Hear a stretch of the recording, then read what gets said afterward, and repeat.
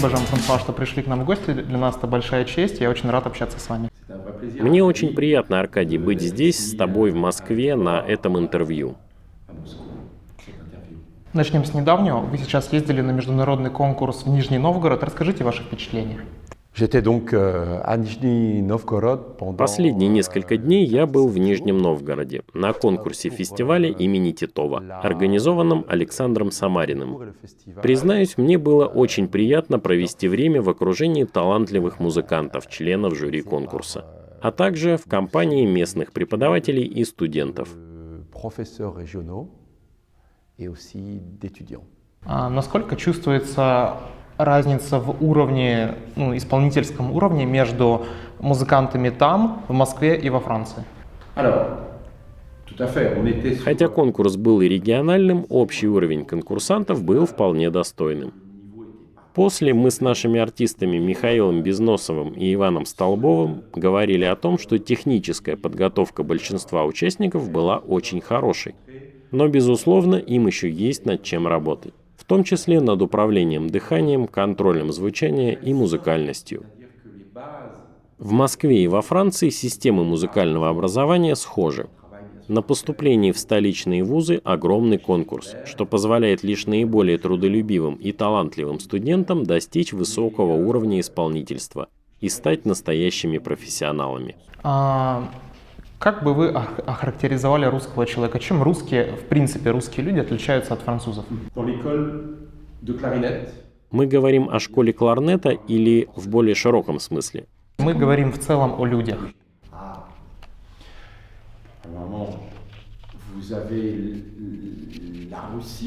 Россия – это великая страна. У вашей нации невероятная и сложная история. Помимо мирного времени, это и великие перевороты, и революции, и войны. Поэтому я бы сказал, что русский народ богатый своей историей. Вчера в Нижнем Новгороде у меня было время побывать в Кремле. Повсюду я видел память об исторических событиях и о культуре. Музыканты, великие поэты и писатели – это богатое культурное наследие, делающее русских сильным народом. И то, что русские гордятся своим богатством, чувствуется повсюду. Именно это и значит быть русским. Во Франции мы тоже очень ценим свое культурное наследие с прекрасной историей и богатым прошлым. Какими чертами характера отличается русский человек от французского человека? Сложный вопрос. В первую очередь на ум приходят мои друзья, и они очень разные. Возможно, их пример в общении со мной не слишком показательный. Хотя в больших городах очень много совершенно разных по характеру людей. Но все же, думаю, основное отличие заключается в том, что у вас люди немного грустные. Я вспоминаю маленького ученика, которого я видел вчера. Он был такой серьезный и зажатый, и это очень чувствовалось. Возможно, это его черта характера, и не стоит воспринимать мои слова глобально. Но в целом жизнь тут среди холода и плохой погоды кажется тяжелой. У французов иной менталитет, они проще относятся к жизни.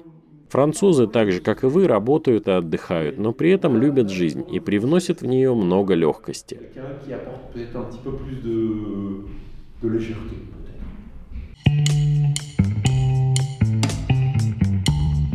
Вы закончили несколько учебных заведений как музыкант, как профессиональный музыкант, и затем вы пошли в бизнес. Что заставило вас сменить род деятельности, уйти из музыки в менеджмент? Это очень хороший вопрос. Я всегда обожал музыку и был ей очень увлечен. С 8 лет я пел, естественно, играл на кларнете и еще много чего. Но я никогда не стремился стать профессиональным музыкантом. Моя первая работа также не была связана с музыкой. В Париже я закончил школу бизнеса по специальности менеджмент и маркетинг. Эта область мне очень нравится. Она привела меня ко встрече со многими интересными людьми. Научила руководить проектами, управлять командой и работать в ней. После первого образования у меня появилась возможность получить степень магистра в области бизнеса в Соединенных Штатах. Учеба в американском университете позволила мне узнать много нового в этой сфере. Я не могу сказать, что перешел из мира музыки в мир бизнеса. В действительности я практически все время совмещал мою страсть к музыке с моей специальностью управленца и специалиста по маркетингу. Со временем, конечно, музыка становилась все более и более важна для меня, и я заинтересован в том, чтобы сохранить свой исполнительский уровень и улучшить его, насколько это возможно. Когда я пришел в музыкальную индустрию, то смог быть менеджером, управлять различными музыкальными проектами и в то же время продолжать творческую деятельность. Для меня это прекрасный компромисс, и я продолжаю совершенствоваться в обоих направлениях. Как вы попали в Сельмер и почему ушли из Сельмера? Как я уже говорил, перед тем, как начать работать в музыкальной сфере, мой первый опыт работы был в другой области. Я занимался маркетингом в некоммерческой организации, которая помогала людям, оказавшимся в неблагоприятном положении. Это был очень ценный и интересный опыт, благодаря которому я многому научился в профессиональном плане. Но все меняется.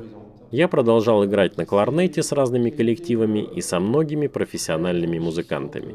Затем я получил премию на одном из конкурсов, в жюри которого был известный кларнетист Ди Ганга. Это французский кларнетист, профессор Парижской консерватории. В течение 25 лет бывший солистом Национального оркестра Франции. И однажды уже после конкурса он позвонил мне и сказал, что в Сельмере есть вакансия, что они ищут человека, который уже имел бы опыт в области управления и мог бы совмещать это с музыкой. Через некоторое время я встретился с Патриком Сельмером, прошел несколько собеседований и меня приняли на работу. Я присоединился к команде Сельмера и в течение 7 лет занимался маркетингом и связями с общественностью в Париже, а затем немного позже в США. Моя жена получила должность в Вашингтоне, поэтому мы переехали. Хотя я уволился со своей должности в Сельмере, уехал из Франции на 3 года, по договоренности с Патриком Сельмером, который в то время был генеральным директором и контактировал с дистрибьюторами в США, я продолжал выполнять их поручения. Вот моя история с Сельмером. Это был очень ценный опыт, и я все еще поддерживаю связь с той командой, с людьми, которых я нанимал и с кем работал. Сельмер – отличная компания, и я рад, что она встретилась мне на жизненном пути.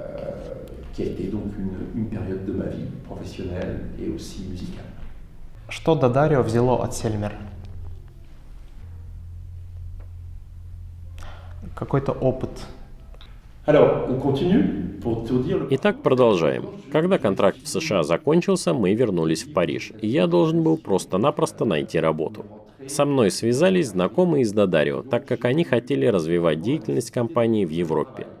Думаю, с их стороны было логично считать меня подходящей кандидатурой. В музыкальной индустрии мы работаем через связи, это очень важно.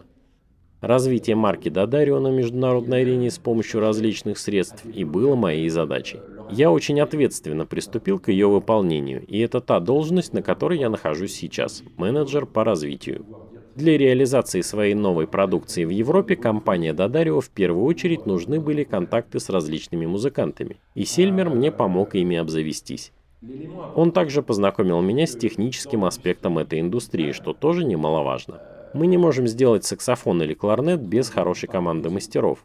Меня очень тронул тот факт, что Додарио – компания, которая уделяет много внимания технической стороне вопроса.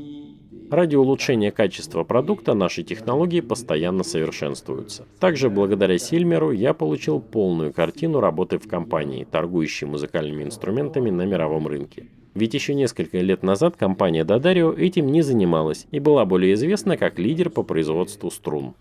Резюмируя, хочу сказать, что Сельмер дал мне 3 вещи. Это связи с великими артистами, понимание тонкостей технического аспекта производства духовых инструментов, а также умение управлять связями с общественностью и маркетингом в музыкальной индустрии. Так что пример этой известной марки очень помог нам совершенствоваться.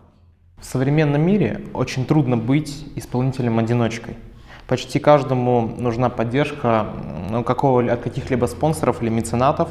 Как Додарио поддерживает своих артистов? Действительно, сегодня существует огромное количество талантливых исполнителей. Хочется в первую очередь отметить, что исполнительский уровень постоянно растет. И молодые музыканты из года в год все больше поражают нас своими навыками. Для продвижения нашей марки такие люди нужны. Но возникает следующий вопрос: как стать нашим партнером? Да, нам нужны партнеры-музыканты со всего мира, но приходится делать выбор, потому что мы не можем сотрудничать со всеми. Необходимо выбрать хорошего исполнителя, того, кто уже занимает достойное место, например, солист известного оркестра или профессор консерватории. Мы хотим, чтобы они знали нашу продукцию и играли на ней, и рекомендовали своим ученикам. Ведь никто не будет пользоваться брендом, если на нем не играют известные музыканты или профессора. И наоборот, если известный солист играет на инструменте какой-то марки, и его игра всех восхищает, то люди будут хотеть попробовать соответствующий инструмент. И можно сказать, что поддержка влиятельных музыкантов – это один из основных принципов работы по продвижению нашей марки. Вместе с этим следующий принцип – это работа с прицелом на будущее. Ведь через несколько лет на смену профессорам, которые сегодня здесь, придет новое поколение. Поэтому мы сотрудничаем с учебными заведениями, консерваториями, оркестрами, различными джазовыми группами. Посредством всего этого мы пытаемся понять, что из себя сегодня представляет талантливая молодежь, которая в будущем станет профессорами и солистами. Именно поэтому я говорю, что наша профессия заставляет много путешествовать, что иногда утомительно, но в то же время очень познавательно. Сейчас я провел практически 10 дней в России. На следующей неделе уезжаю в Корею, а затем в Японию. Так я узнаю о том, что сейчас происходит в мире. Слушаю, наблюдаю и, наконец, делаю выбор. Или же не обязательно делаю выбор, но хотя бы узнаю новое о музыкантах. Или том или ином молодом человеке, подающем большие надежды, с которым в будущем мы могли бы сотрудничать.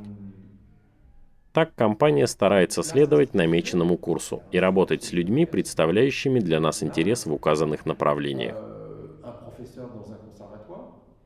Еще я бы хотел добавить, что очень важен аспект хороших взаимоотношений. Хотя степень поддержки, которую мы оказываем, может быть разной, все музыканты, вне зависимости от их уровня, одинаково важны для нас. В Дадарио нет никаких привилегированных артистов. Необходимо отметить, что, оказывая помощь музыкантам, безусловно, мы ждем ответной реакции от них. Это та ситуация, когда каждый находит свое место и понимает, в чем заключается его интерес. Музыканты дают нам обратную связь, одобрение и предложения касательно нашей продукции, и взамен получают помощь на необходимые проекты. В 2017 году проходил международный конкурс «Пушкин Сакс». Тогда я впервые попробовал трости Дадарио, вы приезжали, и я взял трость, новую трость, она была очень хорошая, и я вышел на сцену, и через 30 секунд игры на этой трости она стала просто ужасная, она начала свистеть, и мне было очень тяжело играть, и я сыграл очень плохо из-за этого. Что произошло с тростью, как вы думаете? Трость – это очень сложный элемент. Материал, который мы используем для ее изготовления, пористый, он легко впитывает влагу и в то же время быстро ее выводит. Возможно, это единственный случай в музыкальной индустрии, когда используется такой сложный натуральный материал, который необходимо еще уметь приручить. Поэтому очень важно правильно подготовить трость к игре. Сегодня утром я был в ГУДИ на презентации. Я обожаю общаться с профессорами и учениками, обмениваться мнениями, слушать их и консультировать. И действительно, один из основных вопросов, который мы всегда обсуждаем, это то, как правильно подготавливать трости. Процесс производства трости очень сложный, начиная от выращивания тростника и заканчивая высокотехнологичными станками на фабрике. На всех этапах материал проходит жесткий контроль качества, что позволяет нам быть максимально уверенными в стабильности конечного продукта. Перед тем, как трости отправляются к музыкантам, они какое-то время хранятся на складах наших партнеров в разных точках мира. Так представь, трость была стабильна, сушилась в течение 6 месяцев после того, как материал для ее изготовления был собран. И поэтому, когда используешь ее впервые, нужно быть осторожным. Чтобы она звучала наилучшим образом, трость следует подготовить. Хорошая подготовка занимает от 8 до 10 дней. Трость нужно начинать использовать постепенно, позволять ей впитывать влагу. Затем давать возможность материалу вывести эту влагу. И так снова и снова, чтобы трость адаптировалась. Возможно, ты играл на той трости без подготовки. В условиях конкурса, где ко всему прочему присутствует напряжение и волнение с твоей стороны, нужно предвидеть все сложности, которые могут возникнуть. В связи с этим мой совет заключается в том, что чем больше вы волнуетесь перед концертом или конкурсом, тем большее внимание нужно уделить подготовке вашей трости. Тогда вам не придется ждать от нее сюрпризов. У меня есть вопрос. Ты пробовал снова играть на той трости? Доволен ли ты ей сегодня? Сохранились ли у тебя те трости? Какая это модель? Функционируют ли они сейчас? Нет, это было уже достаточно давно. Я вышел злой после конкурса, я сломал эту трость. Вот. Мне просто хотелось задать этот вопрос для того, чтобы наши зрители узнали, что нужно делать с тростями. Вы ездите по всему миру, посещаете разные страны. Назовите 5-7 имен тех музыкантов, которых мы, наверное, должны знать, но мы про них каким-то образом не знаем. Музыканты, которые действительно достойны уважения и внимания.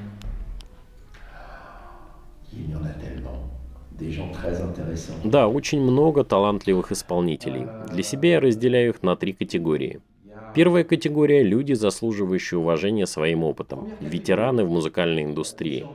Чтобы музыка жила долгое время, нужно огромное терпение и труд. Такие люди доказывают нам это.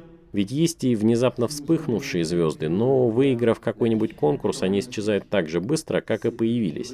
Я же отдаю дань уважения тем музыкантам, которые на протяжении 25-30 лет работы в оркестре выполняли свое нелегкое дело и всегда были на высоте. Например, Эндрю Маринер. Человек с прекрасным образованием, в течение 25 лет он был одним из основных солистов Лондонского симфонического оркестра и скоро собирается выйти на пенсию. Стэнет Рекорд. Пусть он и не играет на инструментах нашей компании. Долгое время он был солистом Нью-Йоркской филармонии и работал с самыми известными дирижерами. На этих выходных я был в жюри вместе с Виктором Кулыком, который проработал 25 лет в симфоническом оркестре Мариинского театра. Или мой учитель Ги Данго, который 25 лет был солистом Национального оркестра Франции. И еще большое количество музыкантов, показывающих нам прекрасный пример своим опытом и своей продолжительной карьерой. Это очень ценно. Ко второй категории я отношу виртуозов, таких как, например, американский музыкант Крис Поттер или артист Дадарио Джерри Биганзи, с которыми в понедельник у меня была встреча в Париже. Он преподает джаз по собственной методике и собирается дать в Париже мастер-класс. У всех этих людей прекрасная техника, а их владение инструментом не может не впечатлять. Третья категория – это люди, способные тронуть за душу. Они раскрывают в игре свои эмоции, и исходящая от них энергия способна заставить вас плакать. В общем, все эти пункты одинаково важны для меня – опыт, мастерство и музыкальность. И лучший музыкант – тот, кто способен все это совместить, что очень сложно, ведь музыка всего лишь момент. Да, мы можем пересмотреть все на YouTube и на других сайтах, но то, что переживает человек в интимный момент прикосновения к прекрасному на живом концерте джазовой, камерной или симфонической музыки, великолепно и неповторимо. Для того, чтобы судить, что вот этот исполнитель был лучшим, существуют конкурсы. Например, на международном конкурсе в Женеве я был поражен 3 кларнетистами.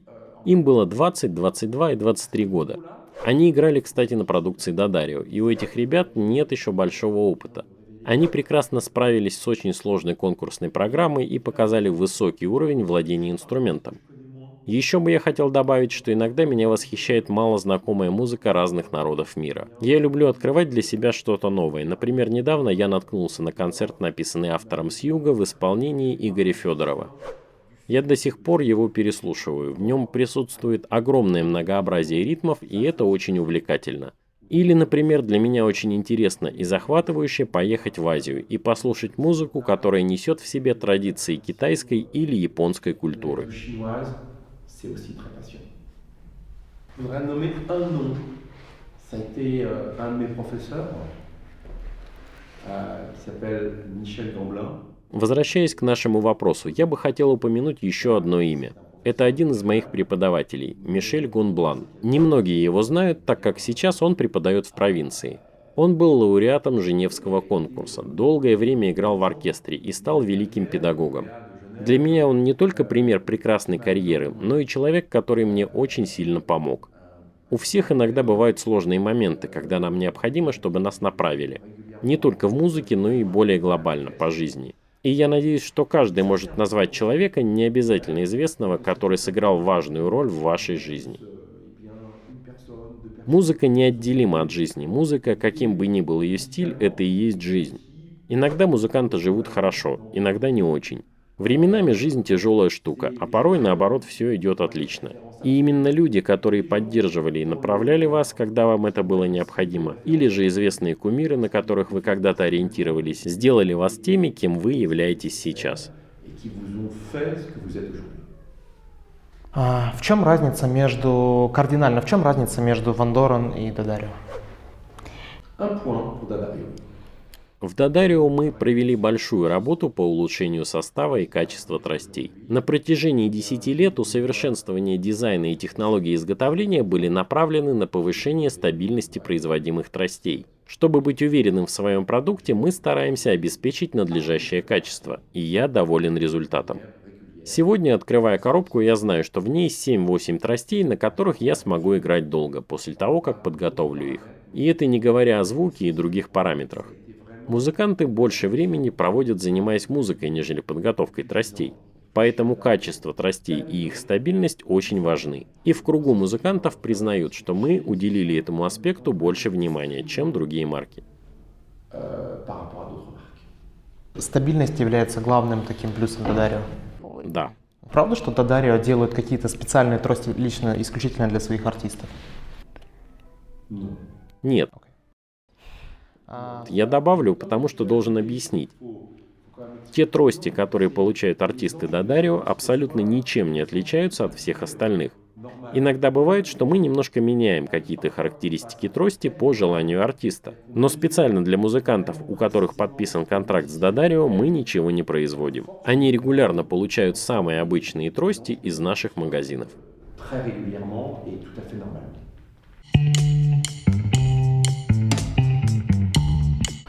Уже на протяжении многих лет вы ездите в Россию, проводите выставки, и не только в Россию. Что изменилось за последние годы в продукции Додарио? Какие плюсы появились в продукции благодаря этим выставкам? Важно отметить, что мы распространяем свою продукцию в мастерских, на выставках и различных мастер-классах, чтобы с ней вас познакомить. Мы информируем не только профессиональных музыкантов, но и студентов, и нам важен их отзыв. Это постоянный обмен. Еще несколько лет назад мы искали и разрабатывали дизайн, который соответствовал бы спросу на рынке. Но сегодня для кларнета и саксофона у нас уже есть образцы, увенчавшиеся успехом, и мы стабильно придерживаемся их. C'est un échange permanent entre les deux. Il est vrai que Сейчас своей продукцией мы довольны и хотим познакомить большее количество профессиональных музыкантов, студентов и любителей с нашими моделями. И тот факт, что мы находимся в постоянном контакте с музыкантами, очень важен. Это позволяет нам всегда быть в курсе того, что происходит в мире, и при необходимости вносить корректировки в продукцию. Сейчас это особенно актуально в отношении мундштуков, так как это наш новый продукт. И чтобы понять, каков в действительности на них сегодня спрос, приходится много наблюдать. quelle est la demande en fait sur le marché? Пару слов, к чему Додарио тогда стремится сейчас? Чего вы пытаетесь добиться? Alors, en fait, on parle de Dadario qui est l'entreprise. Додарио – это большая компания, внутри которой существует 6 разных марок. Я занимаюсь маркой Додарио Woodwinds, специализирующейся на духовых инструментах. И в этой отрасли, как я уже говорил, мы очень довольны достигнутым результатом в производстве тростей. Возможно, в будущем мы создадим что-то совершенно новое, но сейчас мы соответствуем требованиям многих артистов и неплохо справляемся с задачей дальнейшего распространения нашей продукции. Это то, что касается тростей. Но ни для кого не секрет, что еще один продукт, которым мы теперь занимаемся, это мундштуки. Вполне естественно, что производя трости, мы подошли еще и к мундштукам. Хотя для Додарио это совершенно новый проект, намерения у нас серьезные. Сотрудничество с артистами, их отзывы и предложения позволяют нам совершенствовать свою продукцию.